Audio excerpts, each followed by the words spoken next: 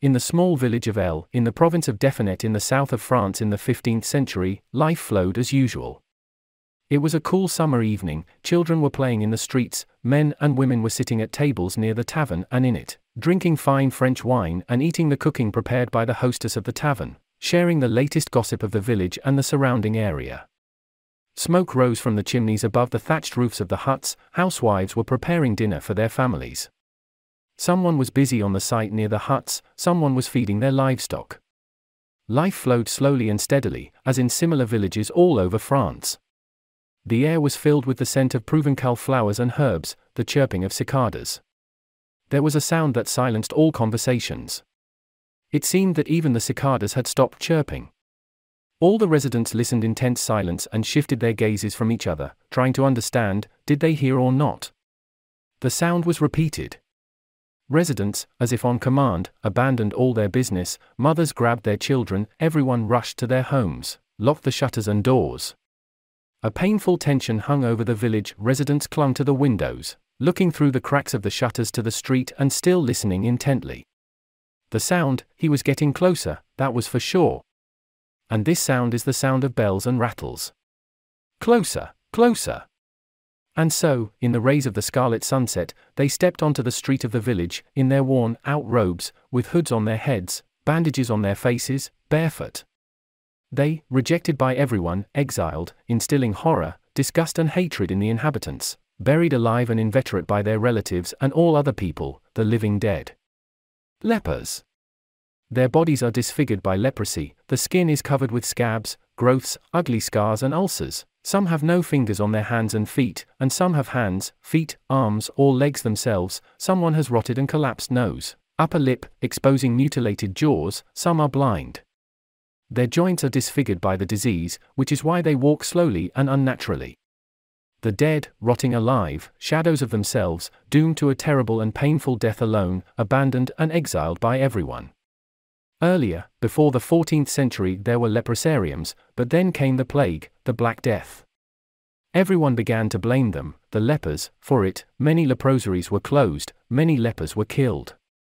People were scared, they could not explain the appearance of the plague, leprosy, could not treat them, people began to hate lepers. Patients began to form groups in order to feel safe. So they went around the cities, begging, picking up scraps. Some residents felt sorry for them and, hearing bells or rattles, left food on the street. But it happened too rarely.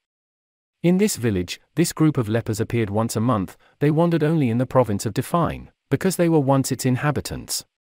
So they walked through villages and towns in a silent, frightening crowd, a procession of the living dead. But once they lived in these villages and cities, in these houses, in these families. But now they were just a ghostly, frightening figure in a hoodie and hood, with their mutilated faces and bodies covered, rotting alive. And God forbid someone to get in their way, he became the same outcast, he would no longer be accepted into the house. The man could only join the procession of the living dead. Marie and Nicholas stood near the window and watched the crowd approaching their hut, painted with a scarlet sunset, like blood. Behind the couple on the bench sat their two eldest children, Natalie and Christy. "Mom," Natalie whispered, "Michel, he's not here." Michel, their 4-year-old son, was not in the hut. Marie turned to her husband in horror. Maybe he hid somewhere in the hut?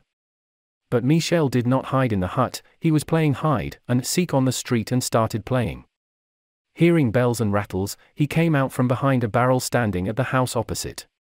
Mom, Dad, the couple looked with horror at their son, who moved towards the walking crowd.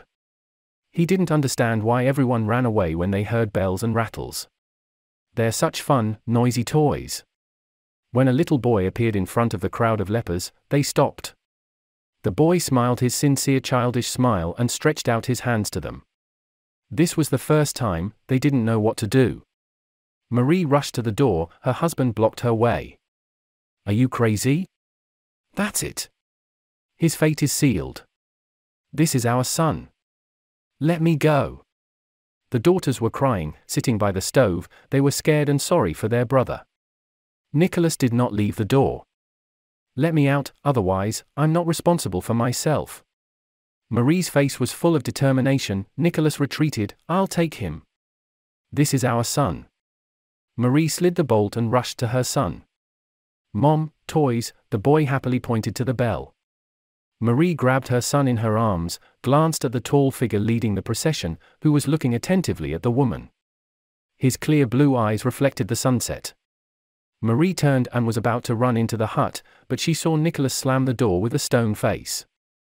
Marie was shocked. She and her son were betrayed, exiled. She looked at the tall figure again. Now there was doom in his eyes.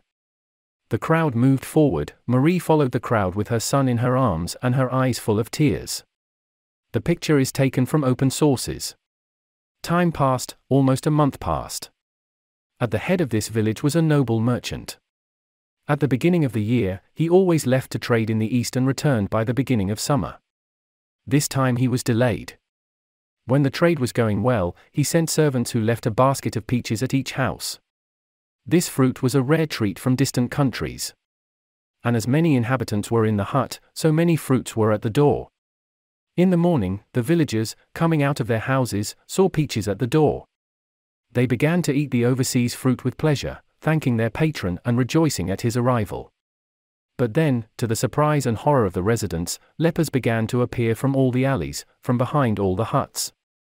The crowd of the living dead pressed all the inhabitants into the main square of the village, squeezing the ring. People pulled away from the living dead with horror, in whose eyes there was a fierce determination and a grin. The huddled residents began to beg the lepers to spare them and let them go. A tall figure emerged from the crowd of lepers, who last time led their procession. The man stood in front of the people, slowly took off his hood, then slowly pulled down the bandage from his face. His clear and blue eyes radiated confident calm and superiority. All the residents gasped when they saw the man's face. It was Jean Savy, their village head, the same merchant. Jean reached into his bag and took out a peach. The rest of the lepers also began to pull off their hoods and bandages, exposing their mutilated and rotting faces. Then each of the living dead took a peach out of their pockets, bags, and robes. All this crowd silently stretched out their hands, who had them and who could hold a peach, with peaches in the direction of the villagers, who were now the same as them. Doomed outcasts. Among the lepers, Nicholas saw Marie, who, holding the hand of their son Michel, approached her husband, with hatred and malice in her eyes, handed him a peach.